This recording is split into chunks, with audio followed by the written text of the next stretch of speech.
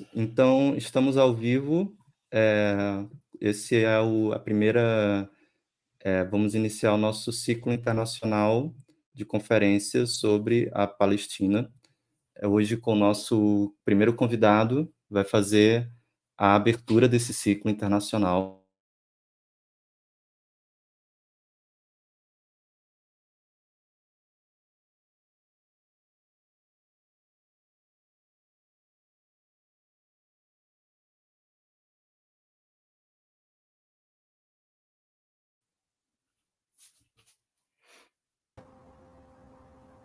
Bom, gente, peço desculpas, o Felipe está com a instabilidade de internet. Sorry, Jeff, a minute, please. Okay. Or we can just Wait begin. for Felipe back for us. Let me try talk to Felipe. Just a minute. All right, my connection is not Okay. good, sorry. But desculpe. Como eu estava dizendo, essa é a conferência de abertura do nosso ciclo internacional de conferências sobre a questão palestina, com o Jeff Halper, que vai abrir a conferência para nós aqui. Uma apresentação breve em português sobre o nosso convidado. Jeff Halper é doutor em antropologia pela Universidade de Wisconsin, tendo pesquisado e lecionado em inúmeras universidades, dentre as quais a Universidade de Haifa e a Universidade de Long Island. Atualmente, ele dedica-se ao ativismo pela causa palestina, sendo diretor do Comitê Israelense contra Demolições de Moradia, o ICAD, na sigla em inglês, e é membro fundador da campanha Um Estado Democrático. Jeff Halper também é autor de inúmeras obras, dentre as quais eu gostaria de destacar War Against the People, Israel, the Palestinians and Global Pacification, e o seu mais recente livro, intitulado Decolonizing Israel, Liberating Palestine. Em 2006, Jeff Halper foi indicado ao Prêmio Nobel da Paz, juntamente ao intelectual palestino Ghassan Andoni. E em 2007, o ICAD recebeu o prêmio Olive Branch da organização Jewish Voice for Peace. Jeff, it's an honor for us beginning this seminar with you, the seminar series with you. On behalf of my department and my laboratory, I would like to thank you for coming and welcome you. Please feel free to start your conference. We are here to listen you. Okay, thank you, Felipe, for that. Thank you for inviting me to this seminar on colonialism, settler colonialism, and my piece will be on Palestine, although I understand the whole seminar is on all kinds of different issues. We don't have a lot of time. I'd like to keep my presentation as brief as I can, so we have time for discussion. So I want to focus on two aspects of Zionist settler colonialization in Palestine. One is, what is it?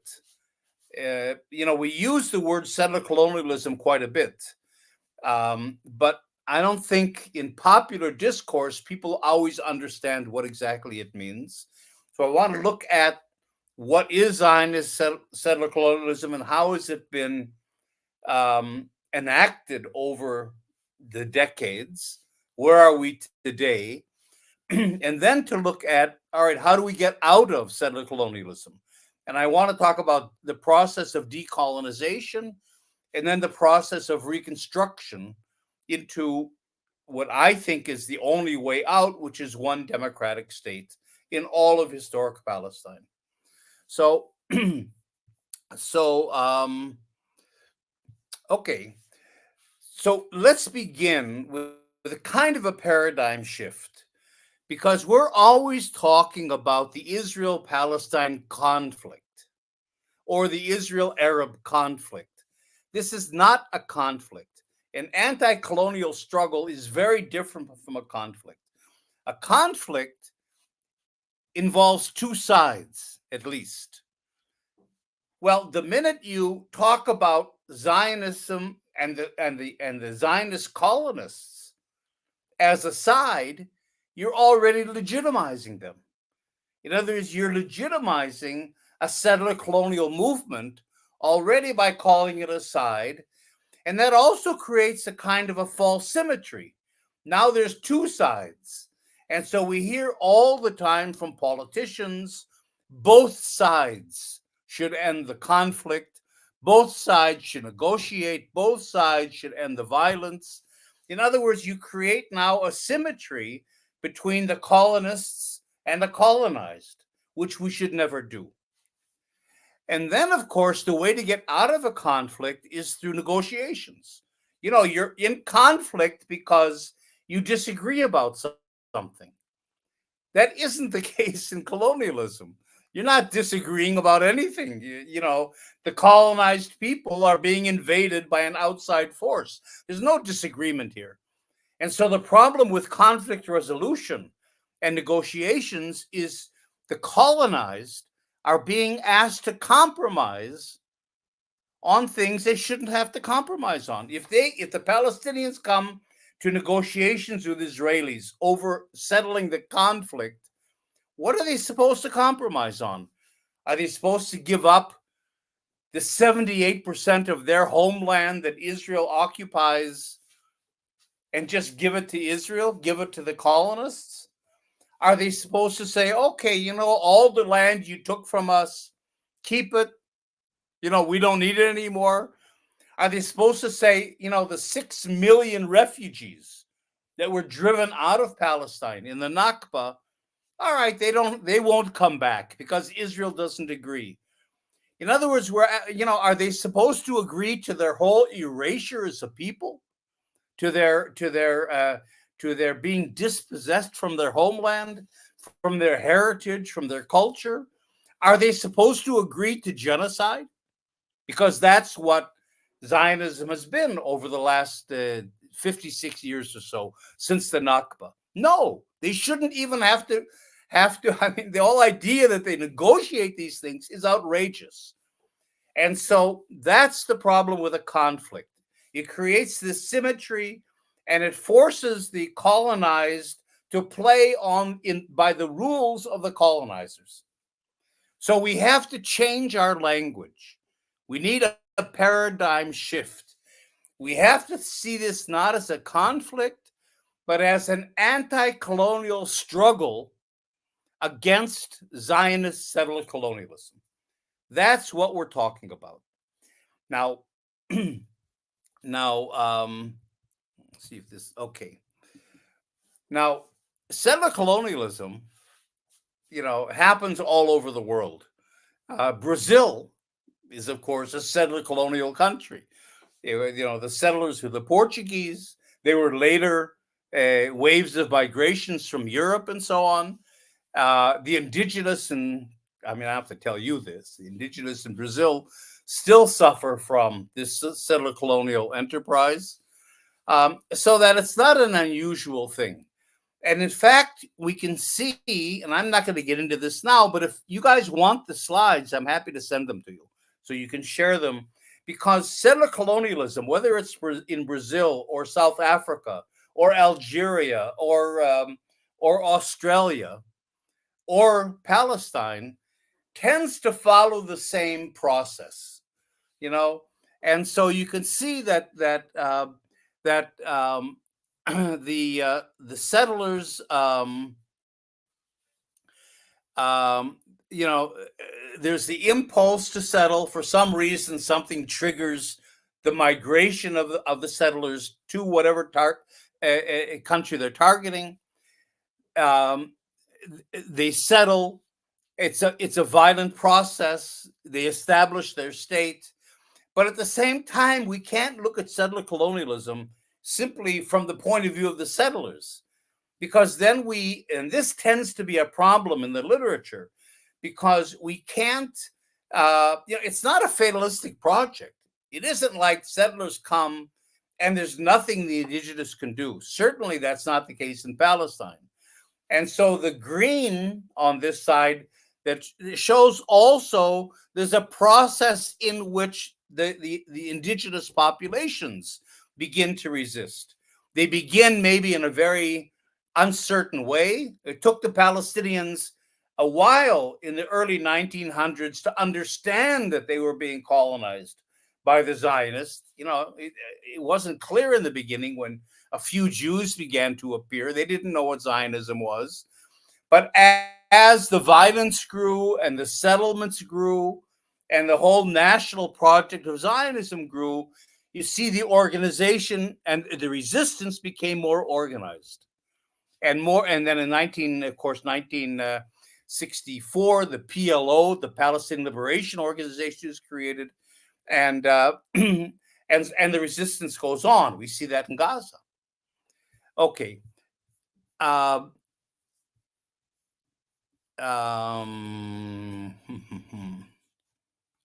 Okay.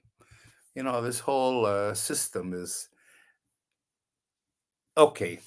Nubia. Wait here. Okay, it won't let me move the slides in a full screen. All right, let me just take a couple minutes and really lay out in general what settler colonialism means, because I think it'll help you guys in your examinations of other settler colonial situations, including Brazil. Again, in settler colonialism, the settler movement targets a country, and the whole point is to come and take over that country. Well, what gives us the right to come from Poland or Hungary or Russia or Ukraine and take over Palestine? So every settler colonial movement in the world develops a narrative, invents a narrative about why the settlers are entitled to replace the indigenous population, why they're entitled to take over the country that they're targeted. It's often religious narratives. Certainly Zionism relied on the Bible. That became a big part of Zionist and Israeli narrative of justification. But in the United States, it was a manifest destiny. Again, a kind of an idea that God gave the land to the Europeans. In South Africa, it was that God gave the South Africa to the white people.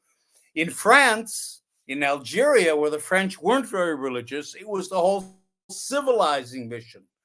We're coming to civilize the the barbarians in North Africa or West Africa or wherever. In other words, every settler movement invents a narrative about why it's entitled to take over the country.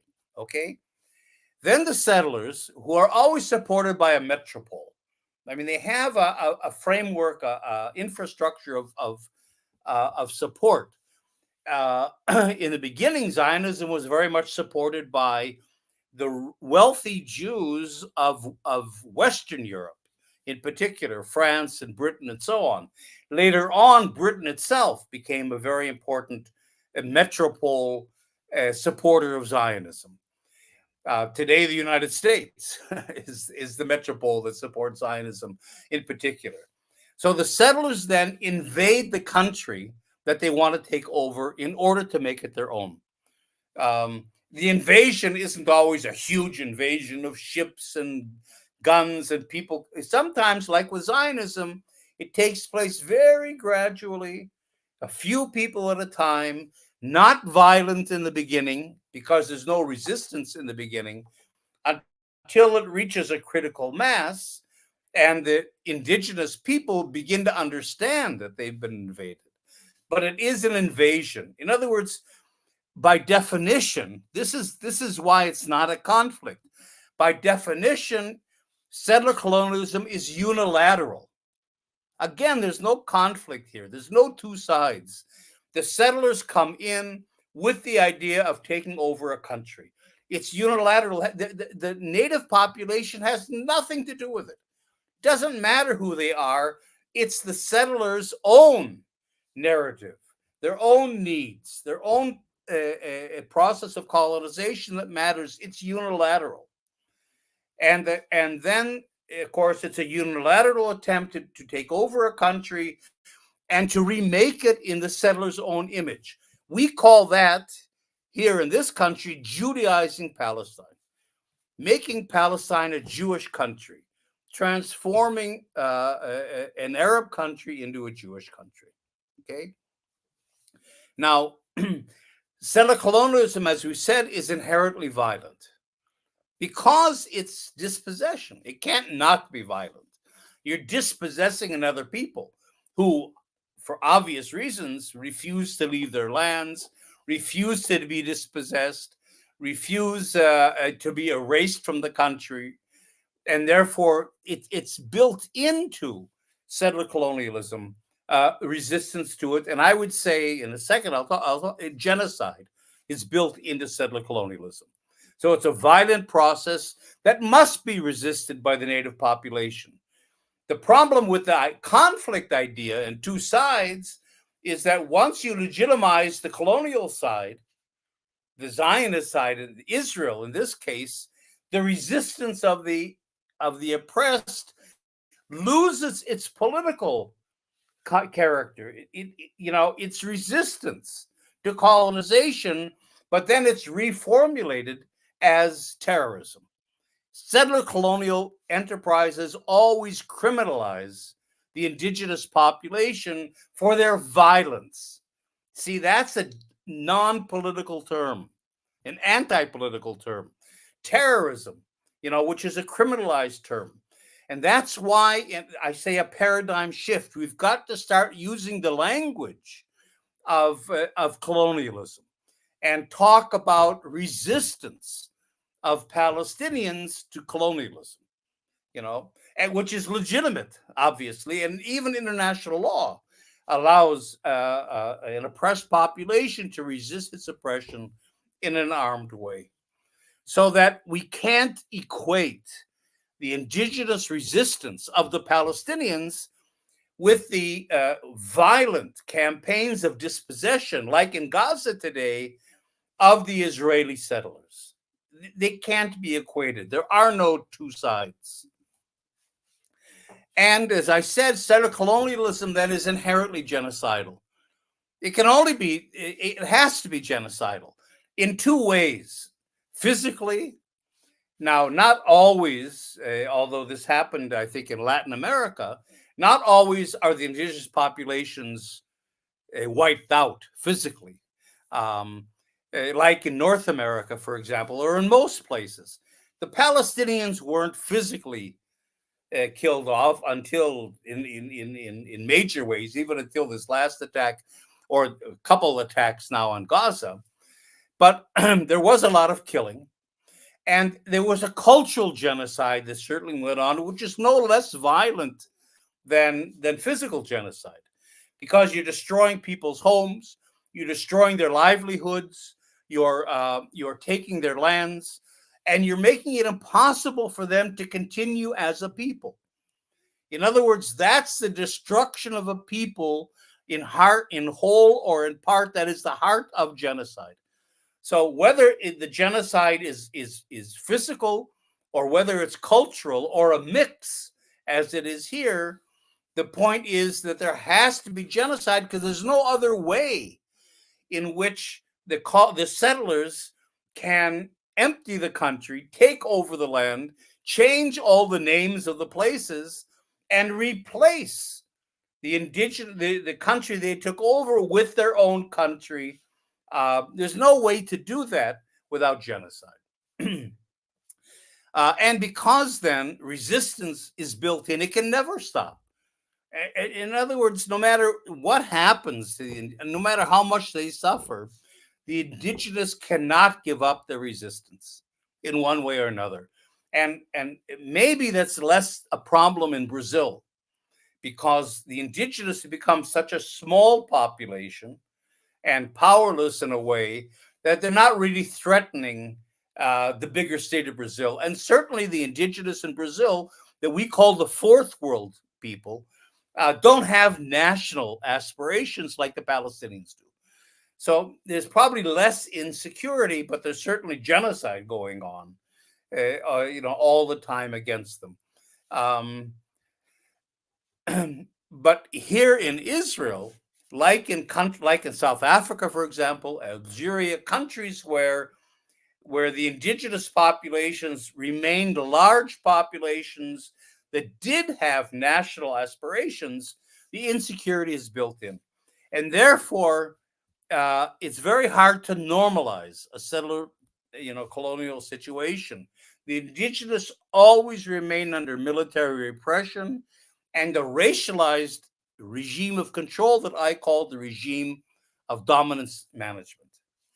And I'm not going to get into all of this, but you can see the stages in which this goes through. There were 4 main stages. And I won't go through them all, but you can just see how gradually the land is taken, the settlers expand their settlements, the indigenous population are driven and confined to little tiny islands like these brown islands that are called areas A and B of the West Bank or Gaza. And you can see here in a general way, the whole process of Judaization, and leading to, and it has to lead to, unless all the indigenous can be driven out or killed, it has to lead to an apartheid type system.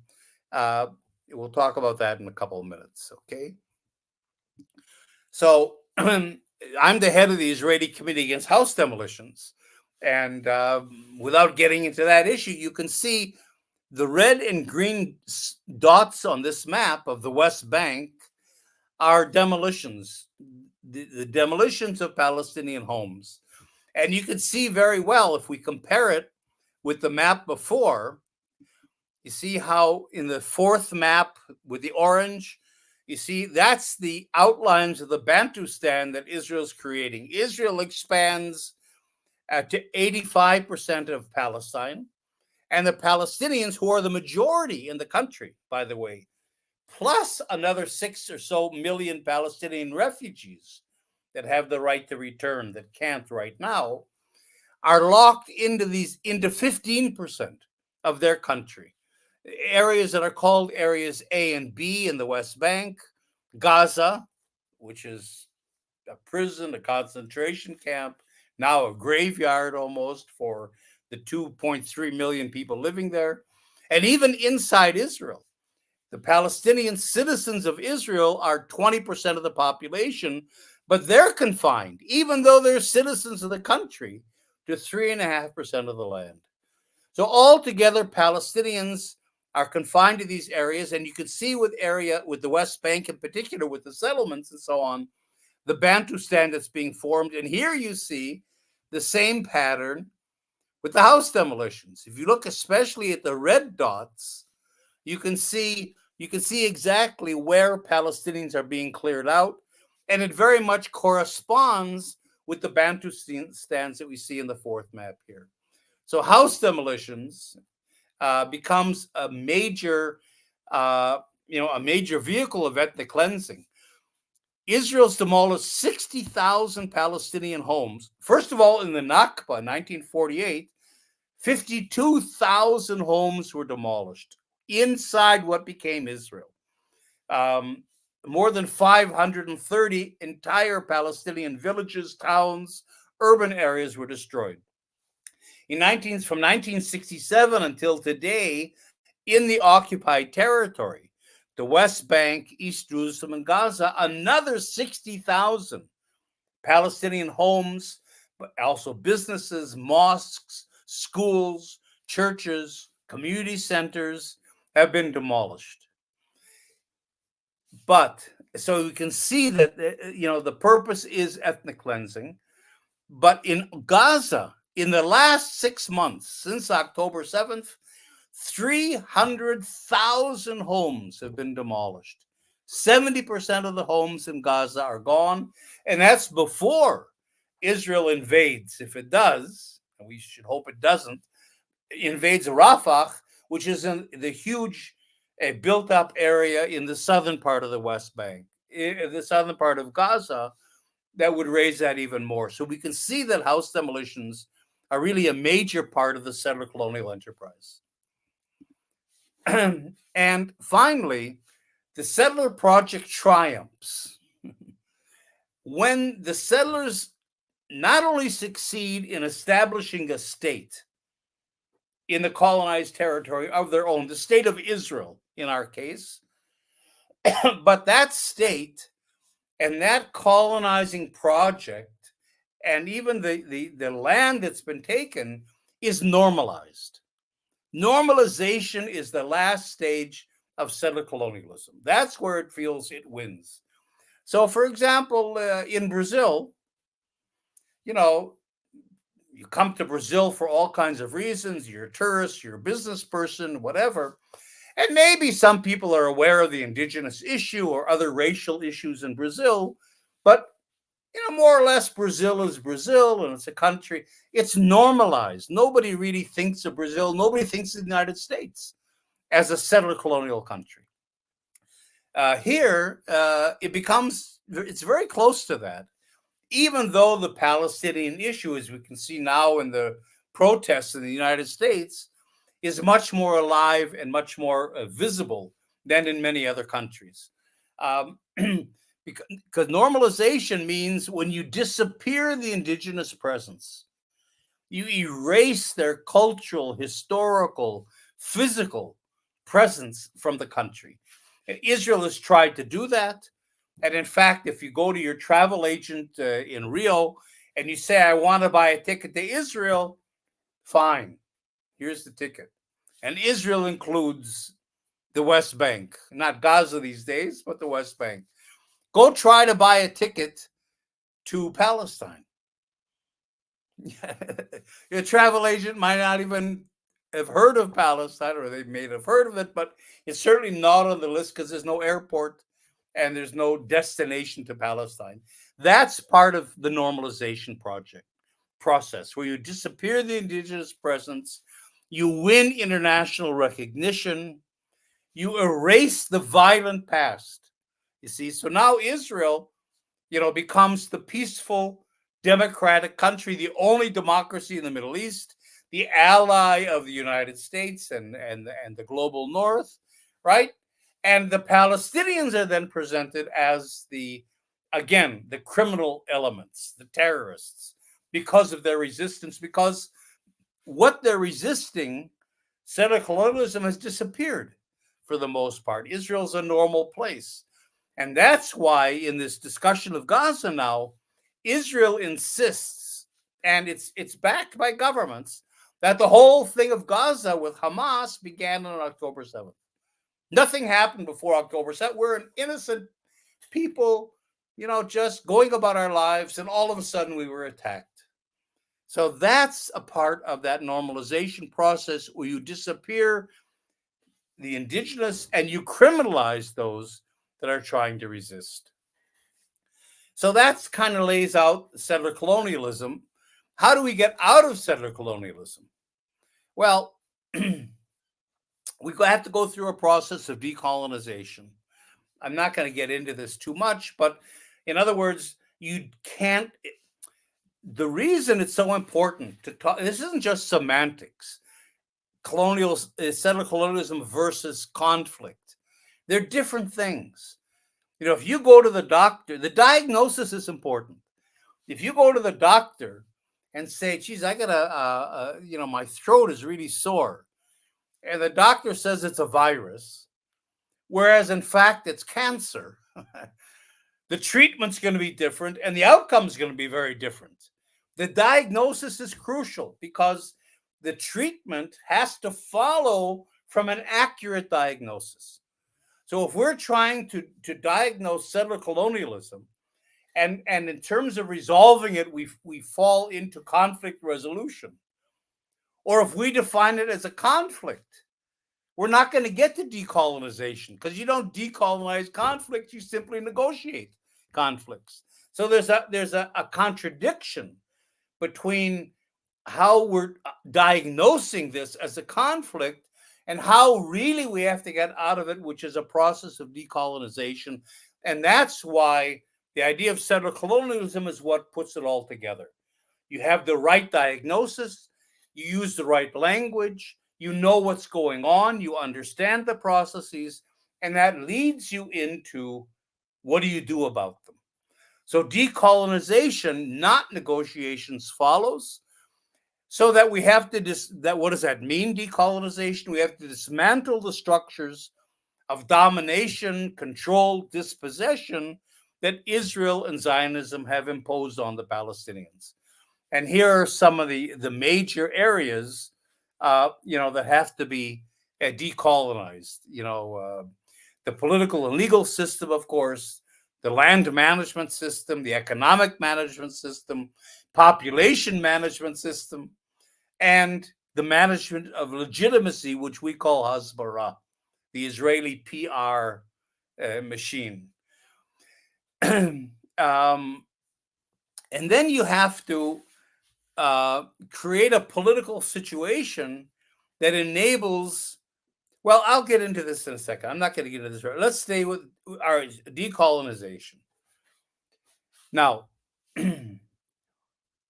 decolonization for Palestinians means something. 1 second here. This is, it means something. For Palestinians, decolonization means liberation. Their aspirations is to liberate their people in their own homeland.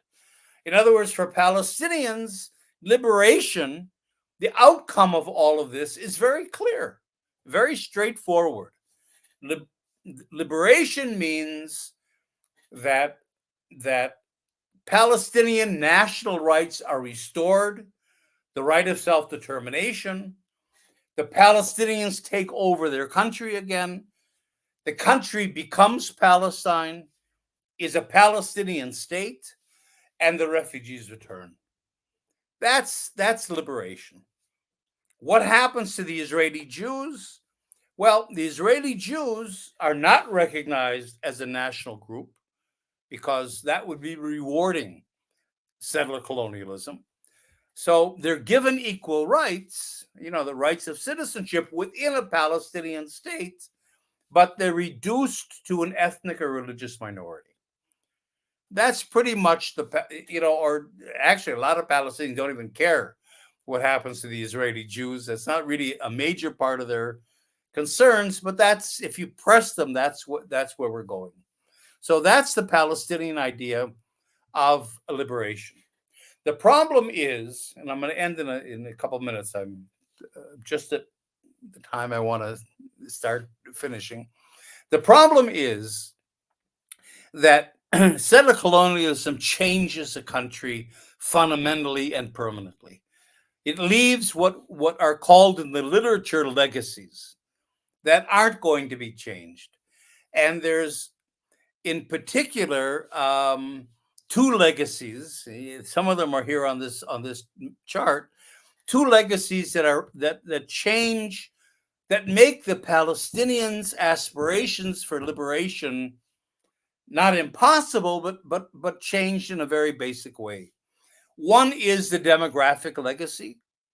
The fact is that half the population of this country today is Israeli Jewish. And that's not going to change. I mean, refugees might come back, some Jews might, there'll be some adjustments in the decolonization process, but the Jews are going to remain a powerful, economically, politically, demographically powerful population of 40 to 50% of the population. That has to be built in to the idea of liberation and decolonization.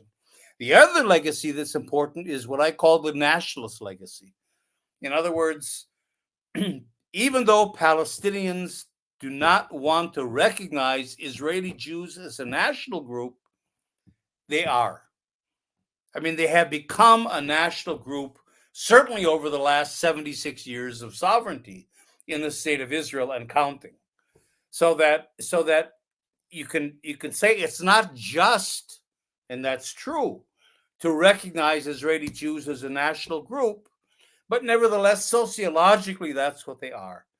And unless we want, in the post-colonial time, more intercommunal conflict, even civil war, we've got the Palestinians, in my view, have to bite that bullet. There's a binational reality in this country.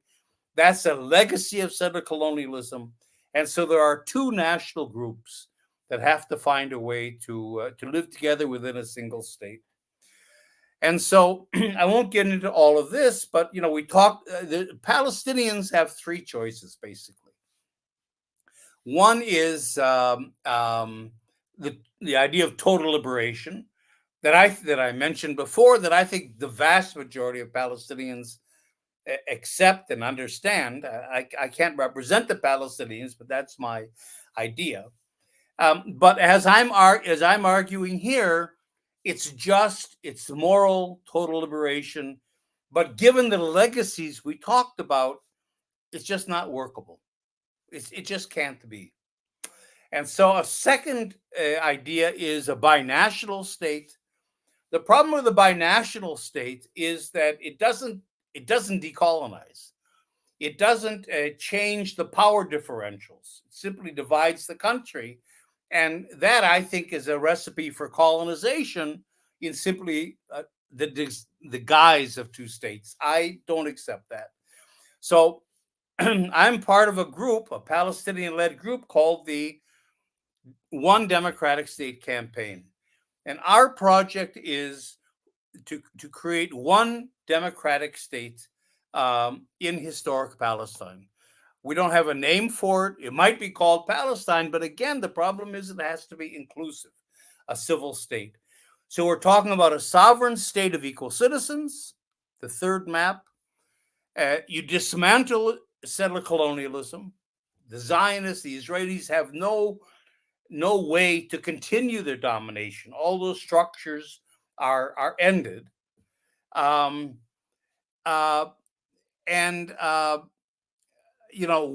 civil state emerges, again, of equal citizenship, but it accepts the idea that national groups, this isn't just a bunch of individuals here, there are two national groups. And therefore, it provides space for them, but they have to remain cultural national groups. They can't claim hegemony over the country. The country has to be run as a civil state of equal citizens with equal rights.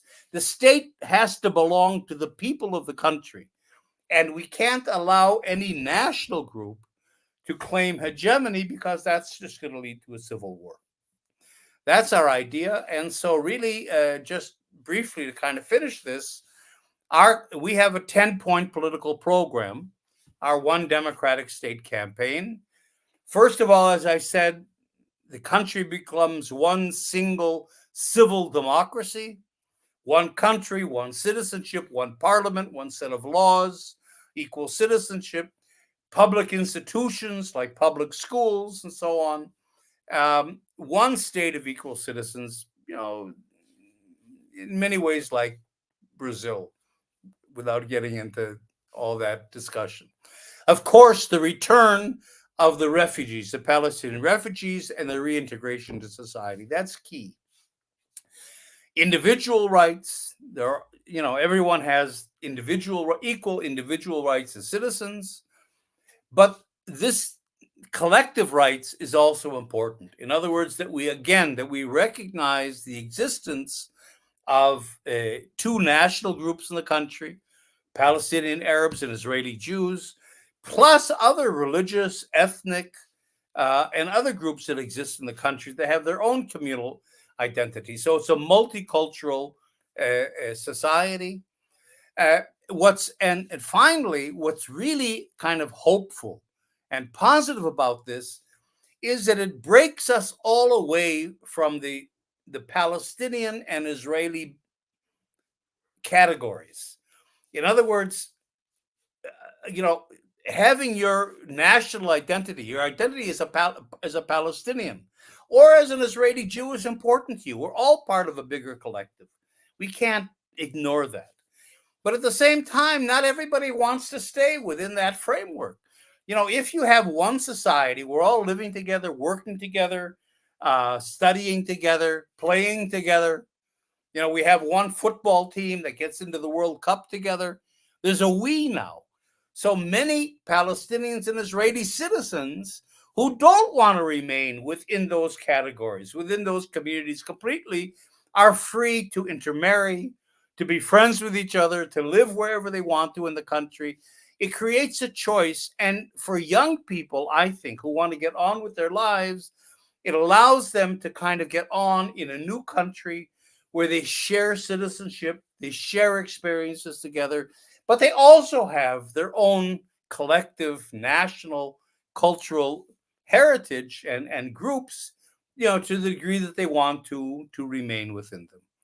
So that's our idea. This is kind of a chart of what it would look like.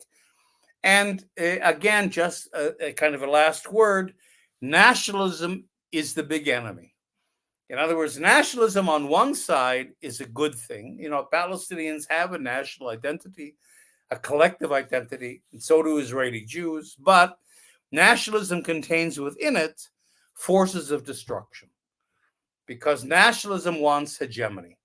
And so unless we can turn the nationalism of both the Israelis and the Palestinians into cultural nationalism that can remain, it can be strong, it can be meaningful, but it has to be within the framework of our common civil state. Unless we can do that, we're liable to end up with civil conflict in the post-colonial era. So that's the talk. This is the book I wrote about it. That's in Arabic as well, not yet in Portuguese. And so I'll stop this, I think, and go back to the Nubia. Can you bring us back to the normal screen?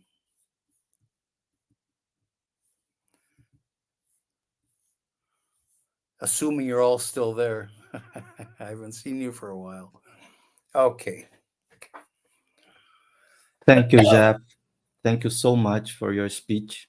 Now we have some questions of our audience, and maybe someone in our audience can be a question, can do a question for you about your political program or your theoretical approach about Palestine.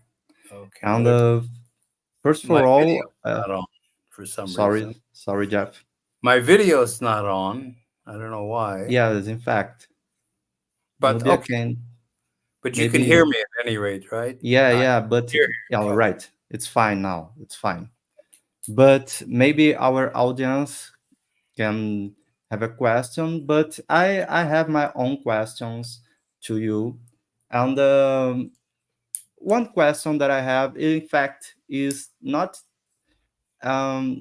necessarily about your political program, but there is an interview on internet, and you talk about the connection of the late capitalism, our capitalism, and the militarism, and how Israel works in this context, in this connection among these two different sides, militarism and our capitalism. So maybe you can talk about this connection, the military action of Israel and our capitalism.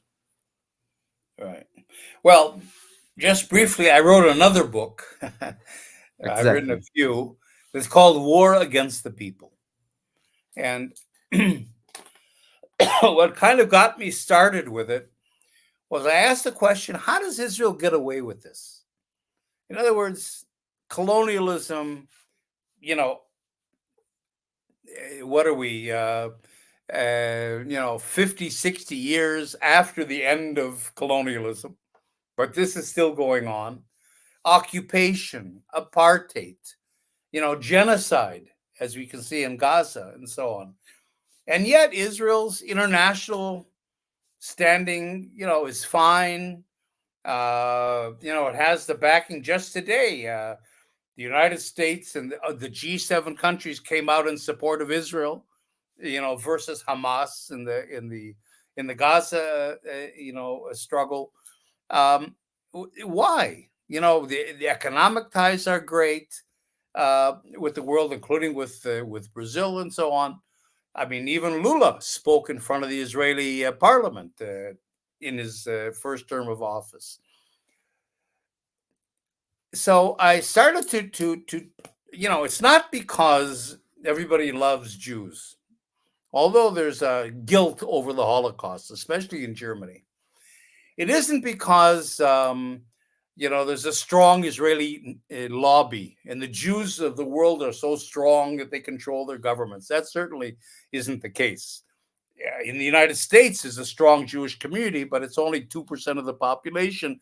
In other parts of the world, I mean, in China, which is pretty pro-Israel. Israel's the number 2 arms supplier to China after Russia.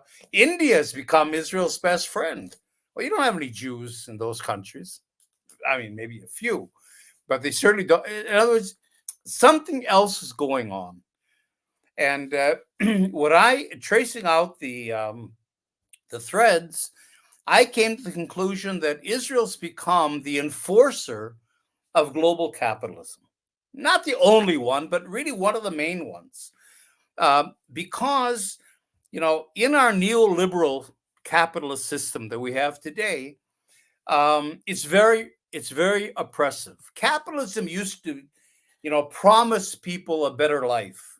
You had a smiling Ronald McDonald. You had Walt Disney movies. It was a nice thing to join. It seemed friendly. But in neoliberalism, more and more we see that everyone's being excluded from the job market. It's getting very ugly. There's more and more resistance. You had the Occupy movement all over the world. And even not only the poor people of the global South, but everyone, including middle-class people, kids, young people in the global North, are being excluded from the, and again, the 1% is true. 1% of the world's population controls 50% of the world's resources. So in this kind of a world, there's people become more and more restless, more and more resisting these sorts of things. And so capitalism develops. It has to have to maintain itself and to ensure the smooth flow of resources and capital from the peripheries into the global North, and a cheap labor supply, and ensure that people agree that all their resources are looted by the global North and they get nothing for them. In that kind of a situation, you have to begin to fight the people. You're not fighting wars, between states. In fact, the last conventional war, a real war that involved 2 or more of the major world powers, was Korea. That was the last. I mean, there were other wars, Iran, Iraq, and the Israel, Arab, now Russia and Ukraine, but no war that involved 2 or more major political. So those kinds of wars are getting less and less. And what we have more are what's called counterinsurgency wars, asymmetrical wars, securocratic wars, all these kinds of terms. But they're wars against us. They're wars against us, against the people. Now, who is the world's expert in wars against the people? It's Israel. Because Israel has been fighting a war against the Palestinian people for the last 100 years. And today, the occupied territories have become a laboratory. I can't begin to give you the list of weapons that are being tested for the first time today in Gaza. Drones, all kinds of new drones, new navigating systems, AI systems of targeting. AI is now, artificial intelligence is now generating more targets in Gaza than Israel can attack. All kinds of, laser air defense systems. I mean, a million different things, robotic weaponry, and so on. So that Israel has a laboratory and millions of Palestinians that it can experiment on. Why is Israel, securing? Israel secured both the Olympics and what was the other major event in Brazil at that time? There were 3 events: the Olympics, some military event, and what else? There was another big event. At any rate, that Israel Israel, why can Israel do that? Why go to Israel to protect the Olympics in Brazil? Because population control and security and surveillance, those are the kinds of weapon systems that you develop in wars against the people. So that the Pentagon, with its $1 trillion budget, produces weapons that are irrelevant for wars against the people. The F-35 stealth bomber is useless in Afghanistan. It was useless in Iraq. It's not a proper. These are conventional war systems. The weaponry, the surveillance, the technologies of repression that go into weapon systems and population control and tactics are what Israel specializes in. And so Israel has created this niche, and it's providing country. I mean, Brazil is a big, as a matter of fact, Elbit Systems and a lot of Israeli weapon systems have subsidiaries in Brazil. But at the same time, like I said, Israel's the number 2 arms supplier to China. It's the number 2 arms supplier to India. So that begins to explain Israel's role and why Israel gets away with it. Where are China and Russia and the BRICS countries, in terms of Gaza? They're certainly, they're supposed to be the alternative to the global north. And instead, if you look at the BRICS countries, in addition to all the other ones that have joined, Israel has excellent relations with the BRIC. All right, and a problem with the S, South Africa. So, that's where, the weapons technology and the control that Israel brings to the capitalist system and to repressive regimes really pays off politically. And I think that's something that we have to understand why Israel is able to get away with this. That's the short answer. Thank you, Jeff. We have, in fact, a lot of questions. Our audience, it's really, really interested in your speech. One of these questions is by Maria Francisca de Berg. The question is, in a recent interview, you cautioned against reducing the term settler colonialism to a slogan without political substance. How can we prevent this dilution of meaning in the Palestinian context? Well, if I understood the question, I think it's by insisting on using anti-colonial language, like I said. In other words, Israel is trying to depoliticize this. It's all security. You see, it's all terrorism, because the whole issue of occupation is gone. You never hear in the media even the word occupation. We certainly don't hear it here for years. Occupation or settler colonialism is something you'll never hear in the mainstream media. But even when Amnesty talks about apartheid, it's completely denied by governments, and the media. And so what happens is you end up with a political situation in which those are the terms that define it. It is colonialism, it is apartheid, it is occupation. But if you take away those words, and it simply becomes this normal state of Israel, of Jews that, survived the Holocaust against these terrorists, that's the framing. So we have to help. If we're going to support the Palestinians, we have to help in the reframing. And part of the reframing is political, is to say, no, we insist that you use words like colonialism, occupation, apartheid, genocide, right? We're not going to let you, I'm not going to get into a discussion where you refuse to use those terms. And I am not going to characterize Palestinian resistance as terrorism.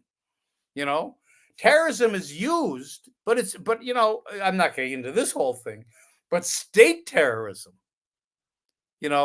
kills infinitely more innocent people than does non-state terrorism. The problem is that states are seen to have, armies that are legitimate. And, as Biden would say, Israel has a right to defend itself. You never say that about non-state actors that are the victims, that are the oppressed. They don't have a right to defend themselves. They don't have a right to resist, because resistance is simply violence, and again, they're criminalized. So that's really what we have to fight against, which isn't going to be easy. And you just think of look at Israel's always talking about, they have to close the tunnels. Now there's going to be, after the Rafah attack, if it happens, they're going to build a huge wall between Gaza and Egypt, including a 60-meter, long wall underground. So no tunnels. So why? So Hamas can smuggle weapons into Gaza. Well, at the same time, the United States approved yesterday, $14 billion in military equipment for Israel. So you see, a state has a legitimate right to import arms and sell arms, as Israel does, a major part of the economy, whereas a non-state actor, like the Palestinians, can only smuggle arms. They have no right to acquire arms in any legitimate way. So in other words, this whole framing really makes it impossible almost to explain to people the logic and the justice of the Palestinian cause, because the language is such that it erases the political. So we have to insist on the political and that language that I think we should be using. All right. We have a lot of questions again, and one of them is from Isaías Monteiro.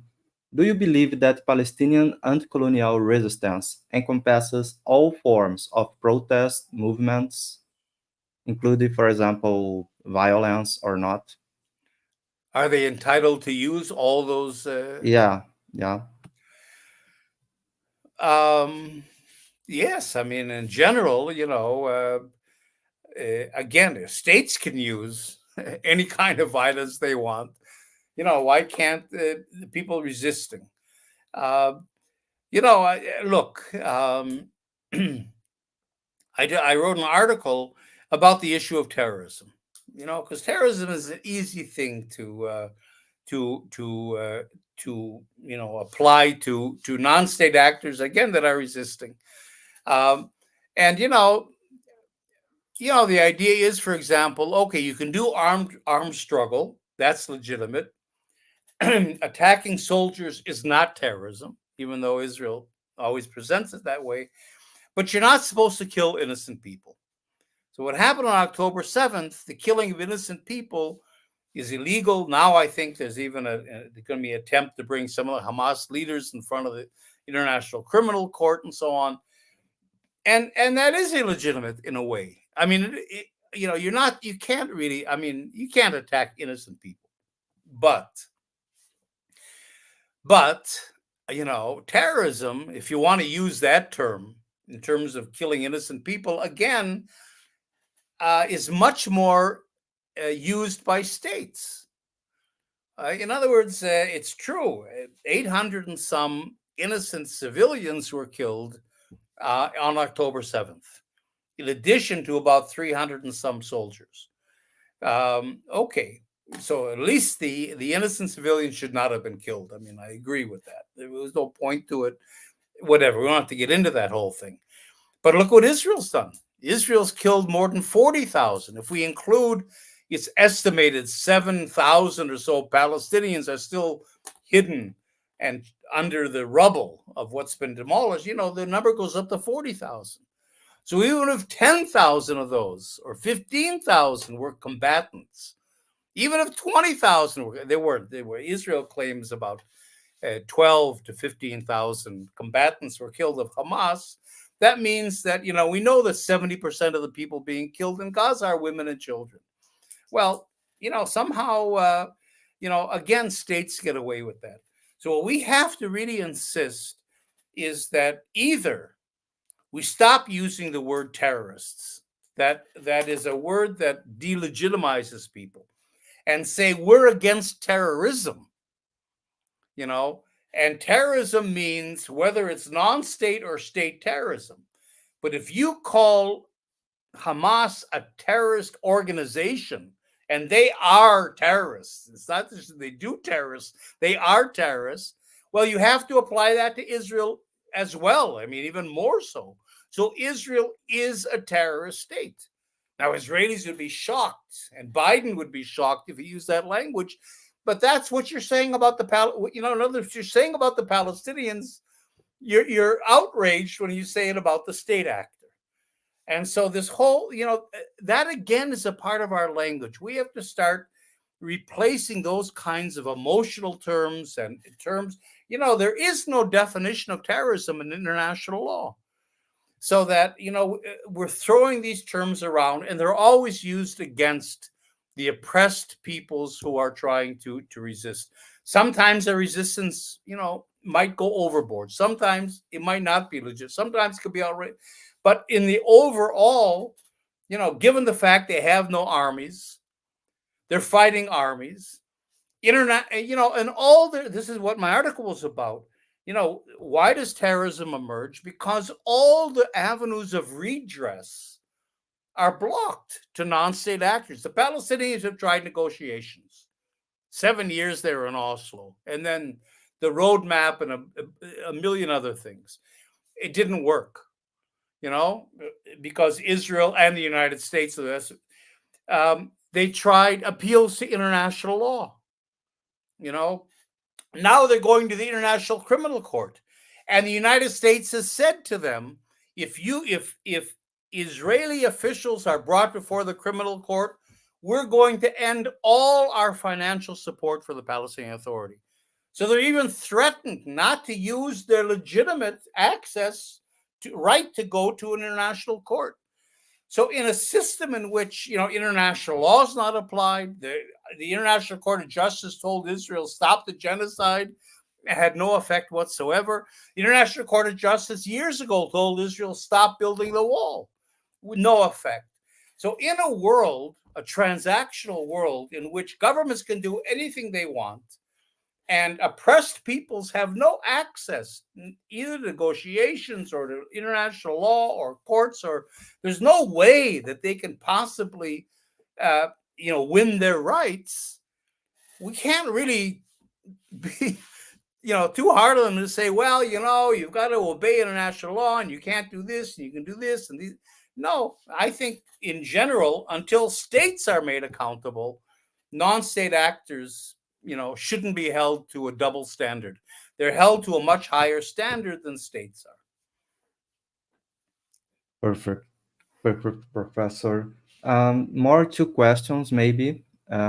Maybe you have time to more two questions. I can stay up night. Thank you.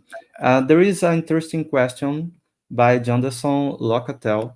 Professor, thanks for the presentation. I have a question. In the democratic state proposal, how to ensure that the ideological and military power of the Zionists won't subjugate Palestinians' way of life? Well, that's a good question. I think what what we're trying to construct is a state in which it's a civil state. So that's going to be fragile at the beginning. We have to really work to make it strong enough to withstand the nationalist, the Zionist nationalist pressures and so on. We'll have a constitution, that really sets out the rules and the structures of this new state. Everyone will have equal citizenship, and I think, and again, I think what would work here is the young people. First of all, we're going to have a good economy. This isn't like South Africa in that sense. We're talking about a Palestinian population that's very educated, with a very, and we forget this, with a very strong and rich diaspora. In Latin America, you've got very wealthy Palestinians and influential Palestinians, and so they would kick in just like the Jewish diaspora, kicked in terms of supporting Israel itself. So they have those resources.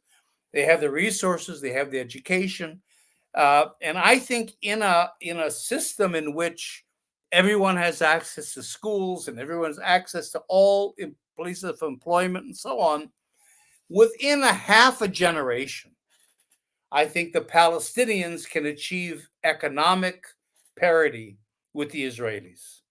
It's one economy. It's a good economy. It's true, a lot of it is an Israeli-dominated one, but if we decolonize and dismantle and insist, that all these companies and high tech and even the military, if we have a military, all be integrated, in the way you do in a civil state. I think just the fact that we'll have a good economy and the young people can see a future in it is what would guarantee this. It's not so much form of the Constitution and so on, but I think everybody should be invested. It's a win-win. And the good thing about young people is that they move on. And I think the PLO and intifadas and at some point Zionism. I mean, all these things are going to fade into the background. That's why we have museums, because young people tend to forget, and they just want to get on with their lives, and that's a good thing. And I think that is what, in the end, will make this civil state strong enough to withstand the challenges, not only of Israeli nationalism, but of Palestinian nationalism. Because, like I said, the Palestinians also want a Palestinian state. So it's not only the Israeli nationalism, even though that's the strongest, but we have to really try to fight the challenges of all nationalisms.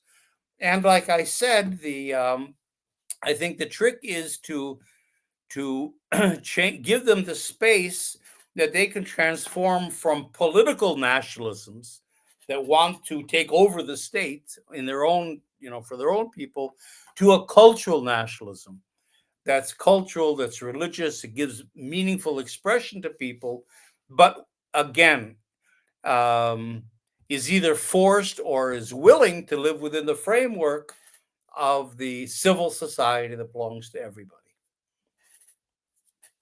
All right. One question by Juliano Oliveira. Good evening, Professor. The two-state solution has garnered international support, even in Brazil, including here in Brazil. If implemented, wouldn't this be considered a victory for Israel colonial ideology? Exactly. Yeah, I mean, jumped right to the right conclusion. The two-state solution never was, because again, if you see it as a conflict, it makes sense in the framework of a conflict. Because here you have Israel's one side and Palestine is the other side. And what's the compromise? All right, let's have two states. There'll be an Israeli state and a Palestinian state, and now we're fine. But if we understand that settler colonialism is unilateral, and that the purpose of Zionism was to take over Palestine, it wasn't to until today, Israel does not recognize the Palestinians as a people. It doesn't recognize their national rights, even today. So the idea that somehow a settler colonial project like Zionism that has succeeded in taking over historic Palestine, there already is one state. Today, there's one state. It's an apartheid state, but there's one governing authority over the entire country, from the Mediterranean to the Jordan River, right? I mean, why would that successful settler colonial enterprise all of a sudden say, all right, we're willing to withdraw back to the 1967 borders. we'll take our 750,000 settlers out of the West Bank and we'll give it to the Palestinians. It doesn't make any sense. In other words, a two-state solution makes no sense if you understand that proper diagnosis of settler colonialism. And in fact, the two-state solution is simply a tool of conflict management, because it allows our politicians, while they're doing business with Israel, it allows them to say, yes, we're for Palestinian rights. Yes, the Palestinians should have a state. We're in favor of Palestinian self-determination. They say all the right things, but they know that the two-state process is forever. It'll never get, they know it'll never be, but as long as they can continue negotiations, or I think, and this is where Biden is going, I think, because Biden has said, when the fighting in Gaza dies down, we're going to move towards a two-state solution. What he has in mind is two-state apartheid.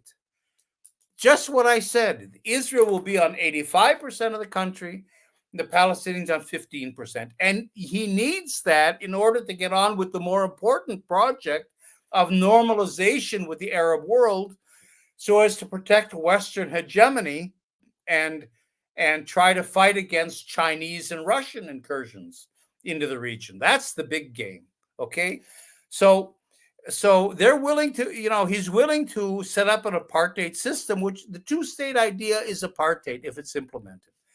So the trick for Biden is, all right, how do I sweeten the deal enough that I can find a Palestinian leadership that will accept a Bantustan, that will accept the apartheid system? Well, I've got Abu Mazen.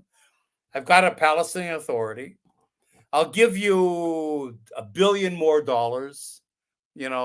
I'll give you, I'll have Israel give you 50,000 more work permits for your laborers to go work in Israel.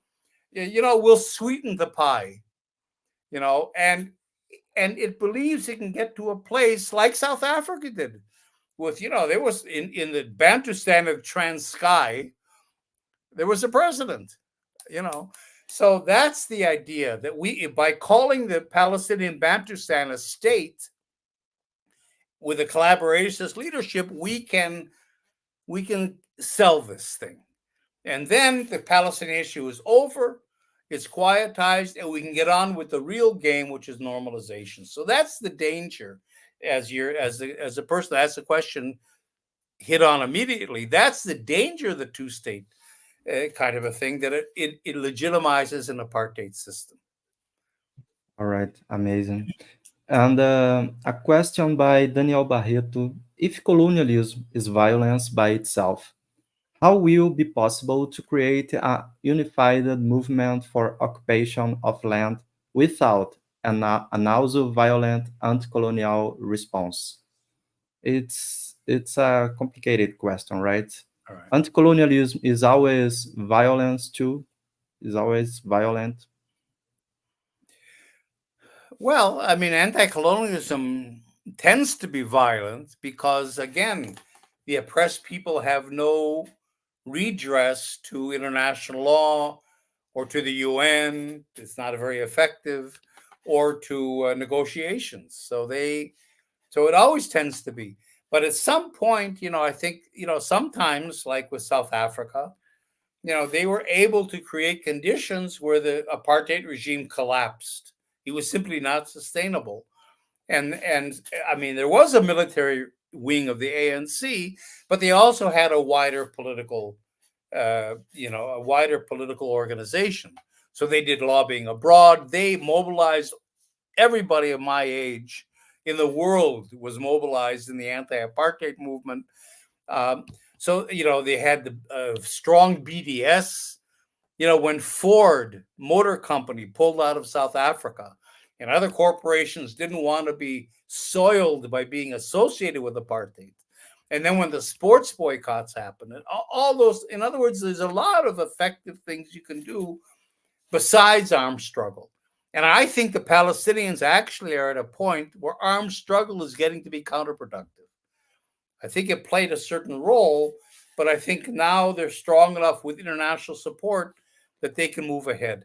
The problem is, and this isn't answering the question, but it's an important point to put in, you can't be in a political struggle without a political end game, without a political program. What do you want? So with the ANC, it was always clear: one person, one vote. And we all knew why we were boycotting South Africa, what the end game was. With the Palestinian issue, there is no end game. The PA, the Palestinian Authority, is still in favor of two states because it's collaborationist. Then you have our group and a few others that talk about one state. But that's a very small group, and that whole idea hasn't been very worked out. And then you have some people Palestinians talk about the confederation with Jordan. Some talk, in other words, and most Palestinians have no clue of what to do. Some of them don't believe they're ever going to beat Israel. So the problem is, that again, they're in a point where, look what's happening in the United States now. All through the universities, there's outpourings of students, but without an end game, without Palestinian leadership. And I cut the Palestinians all the slack in the world. I mean, I'm not criticizing them, but without Palestinian leadership, the Palestinians are the only ones that can lead this struggle. We can't, certainly I can't represent them or tell them what to do or tell them what the program is. But without then Palestinian leadership with a program to tell these students, this is what you should be demanding, the whole thing is just going to dissipate in the end. I mean, now they're talking about the students are demanding ceasefires. They're demanding BDS from their universities, from Israeli firms. I mean, they're demanding good things, but they can't go where they could go, where we did in the anti-apartheid struggle, and say they can say, and from the river to the sea, Palestine will be free. But again, without putting that into, which is what we're saying in our one state idea, but without putting it within a political program, that comes out to be genocidal against Israel. What does that mean? It means the end of Israel.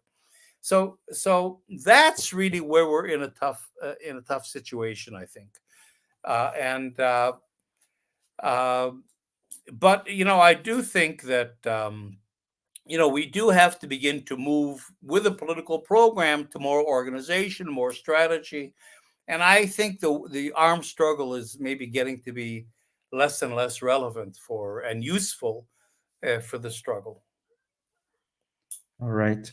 And finally, I have a personal question. In Brazil, there is a significant alignment between certain evangelical churches and Zionism. Yeah, of course. And many individuals, evangelical individuals, believe that Zionism represents the entire Israel and Jewish people.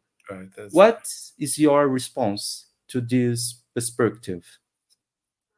Well, first of all, Israel doesn't represent all the Jews. Maybe I think it's like half the Jews of the world live in Israel. And in fact, there's a real difference between, the Israeli Judaism is nationalistic.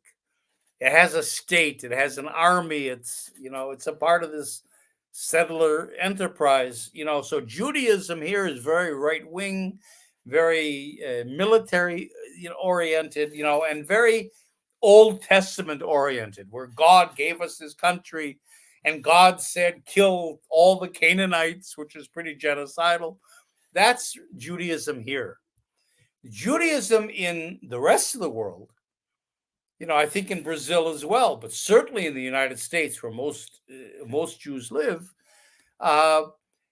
is really based on human rights and on social justice and on not on the Old Testament, but on the prophets, Amos and Jeremiah and Isaiah, who talked about justice and all that. That's what really defines Judaism abroad. Jews are very proud of the fact that of the Jewish role in South Africa with the ANC. They're very proud of the Jewish role in the civil rights movement in the United States, even of Trotsky and all the Russian revolutionaries that were Jewish in the Soviet Union, because that's what speaks to Jews. So between that kind of Judaism, prophetic Judaism abroad, and there's a militaristic nationalist Judaism here, there's really no connection. And that's why you see in these demonstrations of students now, a lot of them are Jewish students.